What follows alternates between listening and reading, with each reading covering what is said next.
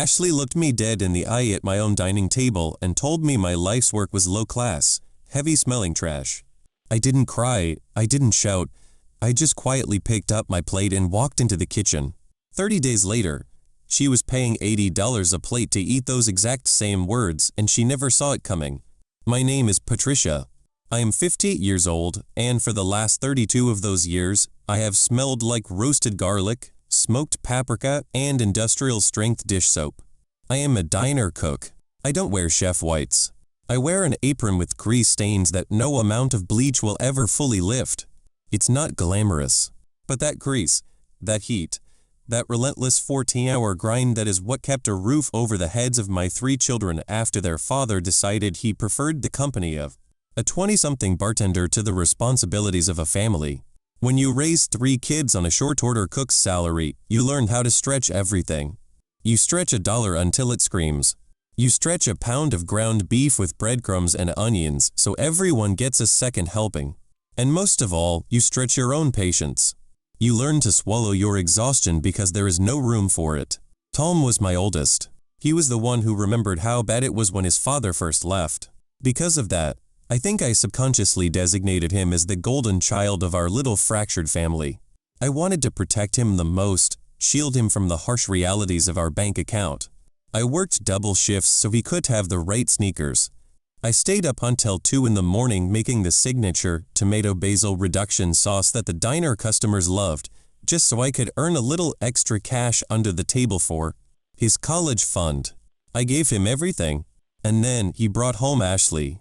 Ashley was 29, an aspiring lifestyle influencer whose entire personality was curated for an audience of strangers. She came from money, not generational wealth, but enough comfortable suburban money that she had never had to consider the price of a grocery bill.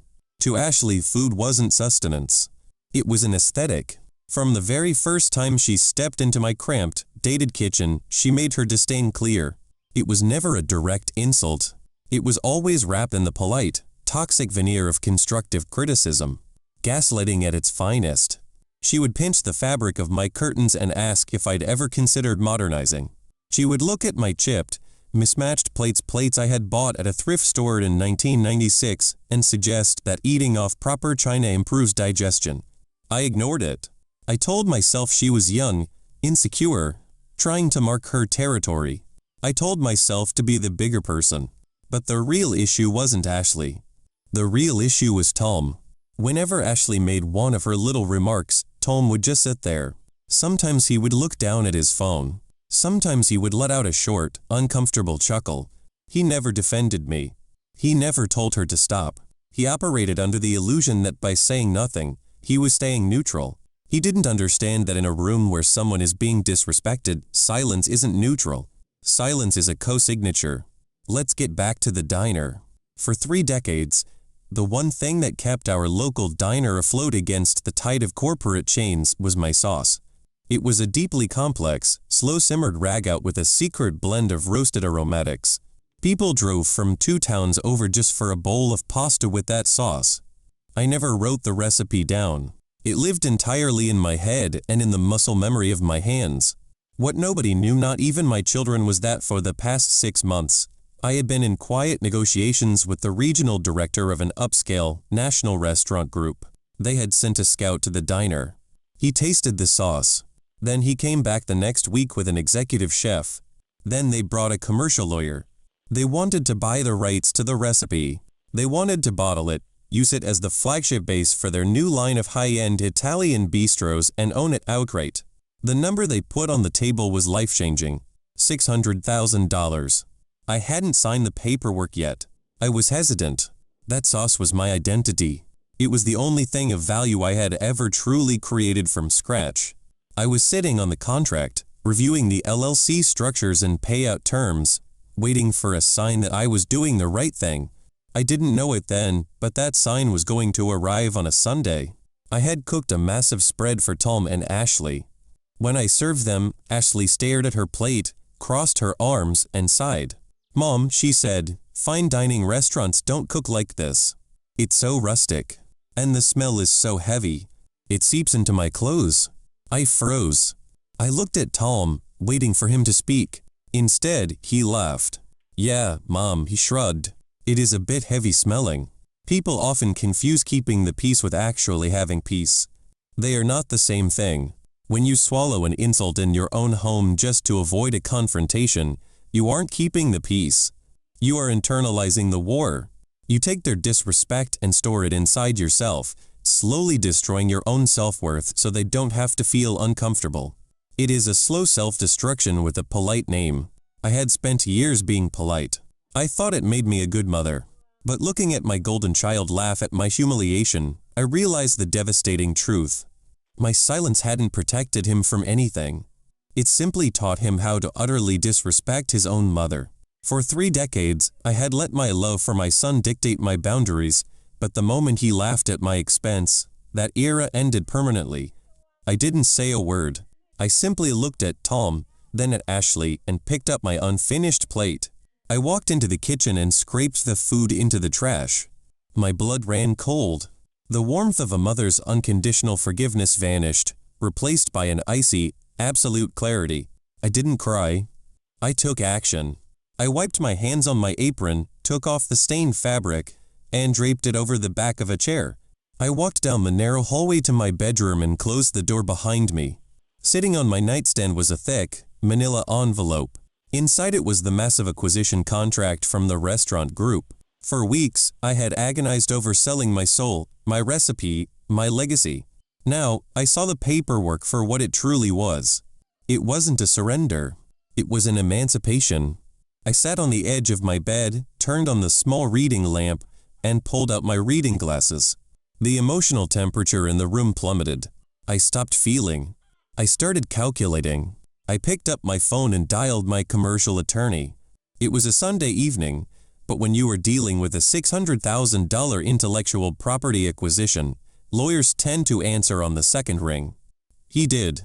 I told him I was ready to sign, but I had specific conditions regarding the structuring of the payout.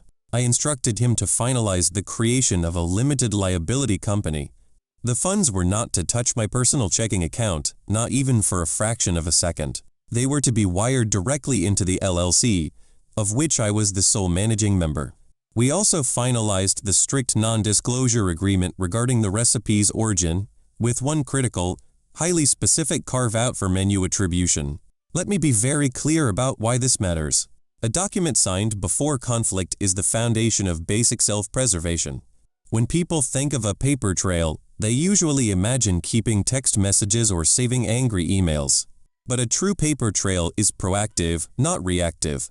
It is establishing legal and financial firewalls before the other party even knows there is a war. Financial abuse, or even just financial entitlement from a golden child, thrives in ambiguity.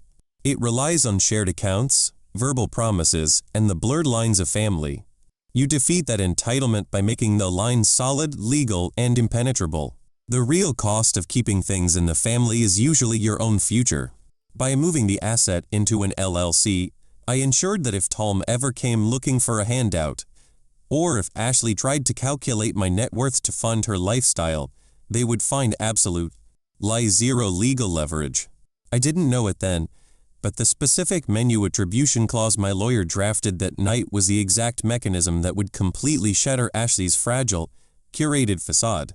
The next morning, I overnighted the signed documents. 4 days later, a massive cashier's check cleared into the newly formed corporate account. I was officially wealthy, and absolutely nothing about my daily routine changed. I woke up at 4 in the morning. I put on my worn sneakers. I went to the diner. I cracked eggs and flipped burgers. I let Tom and Ashley believe that I was exactly who they thought I was, an exhausted, uncultured woman who smelled like fried onions. They stopped coming over for Sunday dinners. Ashley claimed her schedule was just too packed with networking events and content creation. Tom sent me a brief, obligatory text message every other week. I responded with a simple thumbs-up emoji. Nothing more. I stopped asking them to visit. I stopped offering to help with their rent or car payments. I simply matched their energy with a profound, impenetrable silence. You cannot reason with someone who benefits from misunderstanding you, so I stopped trying to reason at all. I let them live in the reality they had chosen. About a month after the contract was signed, The restaurant group officially opened their flagship location downtown. It was called the Sovereign. It was the exact kind of pretentious, high-end establishment that Ashley built her entire online persona around. Reservations were booked out for 6 solid months. It was the absolute hardest table to get in the entire city. I knew this because my lawyer, as a professional courtesy, had secured a prime VIP table for me for the opening weekend. I declined. I had no interest in sitting in a velvet booth taking pictures of my food, but I did ask him to transfer the reservation. I told him to put it under the name Ashley using my son's last name and to leave a specific note with the host that it was a special invitation from the executive team. On a Tuesday afternoon, Tom called me. He sounded ecstatic. He told me that by some absolute miracle, the new luxury restaurant downtown had called Ashley directly, claiming there had been an exclusive cancellation and offering her a prime Friday night slot. He bragged about how exclusive it was. He told me it was $12 for a glass of sparkling water, just to emphasize how far out of my league it was. He actually chuckled and said, "It's a shame they don't serve your meatloaf, Mom." I let out a short, humorless laugh. I told him I hoped they both had a wonderful time. I kept my voice steady, betraying absolutely nothing. I didn't warn him. I didn't hint at the storm that was gathering over his head. I just wished him a pleasant evening and hung up the phone. For the rest of the week, Ashley posted endless updates on her social media about her upcoming dinner. What happened on that Friday night was a masterclass in absolute ruin. What I've told you so far is how they broke me down. What comes next is how I built back differently. It was Friday night at the Sovereign. I was not dressed in my greasy apron, nor was I wearing a ball gown. I wore a tailored black blazer, standing quietly in the executive office adjacent to the main kitchen line. I had been invited by the head chef to observe the first official service of my recipe. Through the thick glass doors of the kitchen, I had an unobstructed view of table 4, the VIP booth. I watched Tom and Ashley be seated by the maitre d'. I tried to watch their expressions on the restaurant's internal security monitor, but the wireless connection kept buffering and freezing every few seconds. I only caught fragmented frames of their evening, but through the physical glass, I saw enough. Ashley immediately pulled out her expensive phone and began recording herself holding the heavy, gold-embossed menu. She was live streaming to her followers, boasting loudly about securing the most exclusive reservation in the city and mocking the heavy, peasant food she usually had to tolerate at family dinners. She waved the server over with pure, unadulterated arrogance. Without even glancing at the ingredient list, she loudly ordered the $80 signature heritage pasta, demanding extra truffles on the side. She was the absolute picture of curated, untouchable smugness. I pushed open the kitchen doors, walked deliberately across the crowded dining room, and stopped right at the edge of their table. "You should always read the fine print before you order, Ashley," I said, keeping my voice completely steady. "It really enhances the tasting experience." I reached down and tapped my index finger directly on the menu in front of her. Right below the words rustic heritage ragout, there was a bold, italicized line of text that read, "Created and perfected by Patricia Miller, an original family recipe." And what happened next, I could not have scripted it myself. Ashley looked down at the exact spot where my finger rested, her eyes darting frantically across the letters as if trying to translate a foreign language. Her carefully practiced influencer smile completely dissolved into an expression of sheer horror. Her mouth fell open, but absolutely no sound came out. Her hands began to tremble so violently that her phone slipped from her grip, clattering loudly against the crystal water glass. She didn't scream or make a scene. She just sat there, frozen and humiliated, reading my name over and over again. That agonizing silence was worse than any outburst. The server standing next to us blinked in stunned disbelief, while a wealthy couple at the adjacent table paused mid-conversation, turning their heads to watch the collapse. The entire corner of the dining room went dead silent. "Bon appetit," I whispered, turning my back and walking away. By the time I reached the valet stand outside in the cool night air, I heard rapid footsteps rushing up behind me. It was Tom. His face had completely drained of color, his breathing shallow and panicked. He grabbed my arm, stammering wildly, trying to string together a coherent sentence about how this was all a massive misunderstanding. He swore he didn't know about the recipe, frantically claiming Ashley was just joking the other night. He looked at me with the desperate, terrified eyes of a little boy expecting his mother to fix it, expecting me to magically soothe his embarrassment and make everything perfectly. Okay again. I gently but firmly removed his trembling hand from my sleeve. I didn't yell at him. I didn't lecture him about the years of financial sacrifice, the endless double shifts, or the deep disrespect I had swallowed whole just to keep him comfortable. This is where the hardest truth comes into play. Boundaries are simply a clear description of what you will and will not accept, and enforcing them is not cruelty, it is clarity. People who scream the loudest about family loyalty have almost always done the least to actually earn it. When you are dealing with deeply ingrained entitlement, you cannot reason with someone who benefits from misunderstanding you. Leaving quietly, legally, and permanently is the most powerful thing you can do. You are not obligated to shield a grown adult from the consequences of their own disrespect. Go back inside, Tom, I said smoothly. Your dinner is getting cold. And it's very expensive. I handed my ticket to the valet attendant. Tom stood on the pavement, completely paralyzed. He had always relied on my endless well of forgiveness, assuming that because I was his mother, my dignity was secondary to his comfort. Watching that illusion shatter in his eyes was painful, but it was a necessary emotional amputation. The golden child was finally meeting the real world, without my worn apron there to catch his fall. I quietly got into my trusty 10-year-old sedan. I turned the ignition key. The engine sputtered slightly before roaring to life. I drove away from the curb, leaving my son standing alone under the glowing neon sign of the restaurant that was currently serving my life's work. My phone started vibrating violently in the cup holder. It was Ashley. Then it was Tom again. Then Ashley. The missed calls were piling up by the second. The panic had officially set in. The power dynamic had violently and irreversibly shifted, and they were scrambling desperately to regain control of a narrative that was already written, signed, and legally sealed in a bank vault. They had entirely lost the upper hand, and they knew it. I sat there and watched the missed call counter slowly climb past 15. I didn't block their numbers yet. I simply muted the device and let them exhaust themselves into the completely silent void. I didn't know it then, but that Friday was the last night I would ever feel small in her presence. Walking out of that room felt like victory. But the next 72 hours taught me what victory actually costs. The immediate aftermath was chaotic. Ashley had neglected to end her live stream when I approached the table. Her phone, resting against the crystal water glass, had captured the entire exchange. The audio was crystal clear. Within 12 hours, the clip had been downloaded, re-uploaded, and dissected by thousands of strangers on the internet. Ashley's followers immediately recognized the hypocrisy. Keir was a prominent lifestyle influencer, dripping in designer labels, publicly humiliating her working-class mother-in-law, only to discover that the $80 signature dish she was praising was created by that exact same woman. The sheer audacity of her behavior sparked an immediate, massive backlash.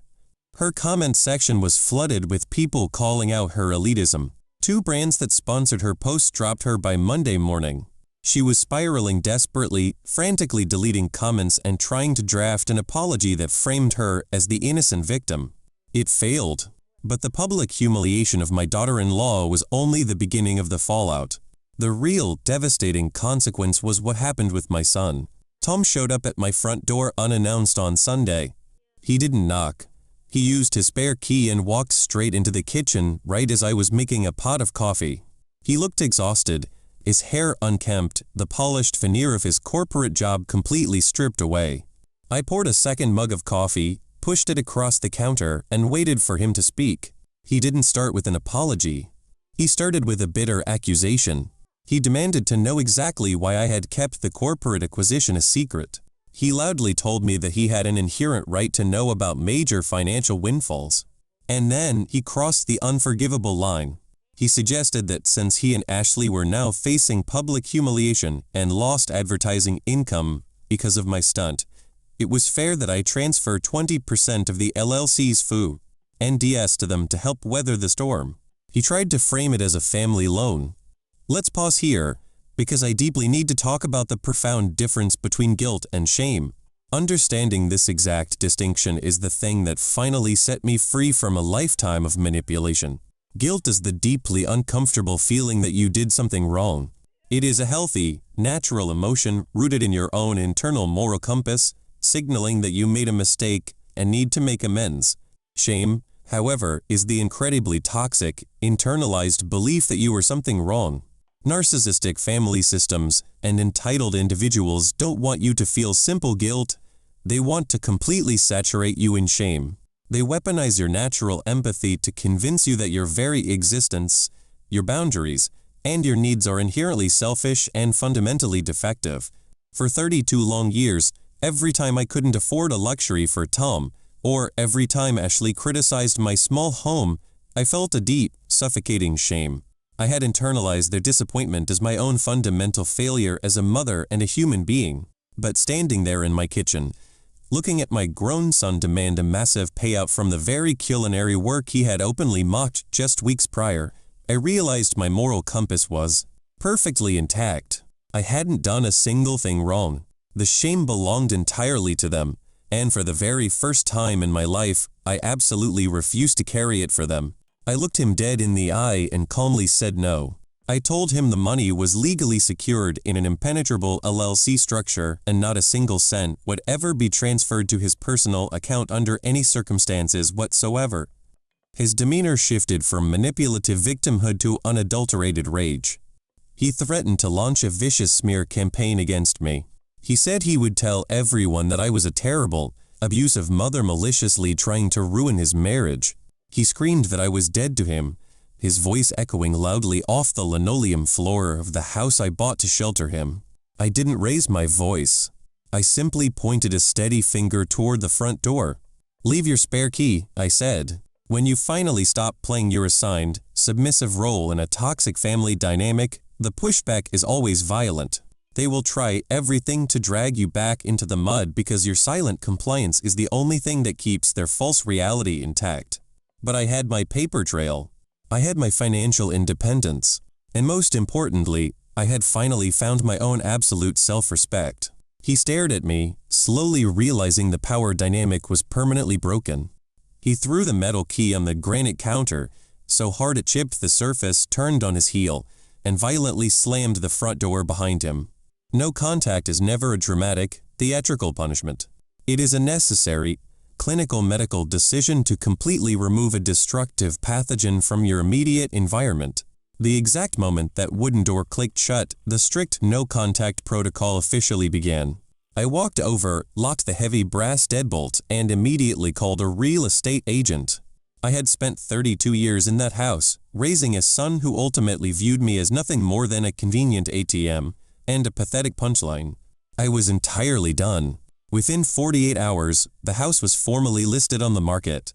I packed my bags. I didn't take much, just my clothes, a few old family photographs, and the heavy cast iron skillet I had used since I was 20.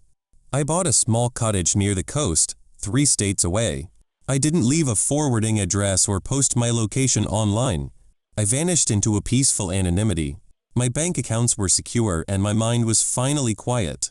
What I'm about to tell you next is the part I almost left out. But you must hear it. 6 months after I changed my phone number and moved to the coast, I was sitting on my back porch watching the morning fog roll off the Atlantic Ocean. The sea breeze smelled absolutely nothing like roasted garlic, smoked paprika, or stale diner grease. It smelled like pure, uninterrupted freedom.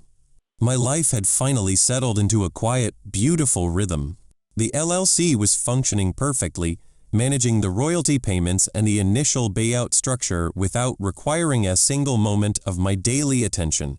The Sovereign Restaurant Group had already expanded my signature sauce to 14 new luxury locations across the eastern seaboard. Every quarter, a massive direct deposit quietly hit my corporate account. I was officially a retired, wealthy woman, completely invisible to the people who had once treated me like a disposable convenience. I had purchased a new cell phone when I moved, keeping the number strictly unlisted. Only my commercial attorney and my accountant had it. So, when the device buzzed on the patio table on a Tuesday afternoon displaying an unknown local number, I naturally assumed it was the contractor I had hired to renovate my guest. Bathroom. I pressed accept and casually raised the phone to my ear. Hello? I said. There was a heavy, suffocating silence on the other end of the line. I could hear the faint sound of city traffic in the background. Then a voice spoke. It was Tom. He sounded incredibly small, entirely stripped of all the corporate arrogance he had tried to weaponize against me in my old kitchen. Mom, he said softly. It's me. Please don't hang up. I didn't hang up. I didn't speak either.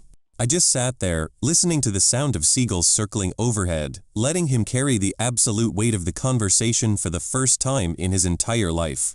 I managed to get your new number from a private investigator, he admitted, his voice trembling slightly. I needed to call you. I'm sorry, okay? I'm so incredibly sorry about the cooking stuff. I never should have let Ashley say those things about your food. I was an idiot. I really miss you. I took a slow, deliberate breath. The cool ocean air filled my lungs. 6 months ago, a phone call exactly like this would have sent me rushing back to him, desperate to smooth things over, eager to accept his hollow apology just to restore the froggy illusion of our family. But I was no longer the exhausted diner cook desperate for her golden child's approval. Tom, I said, my voice completely steady, holding to anger and a warmth. You do not need to apologize to me about the cooking. My cooking was just valued at $600,000 by a board of culinary executives.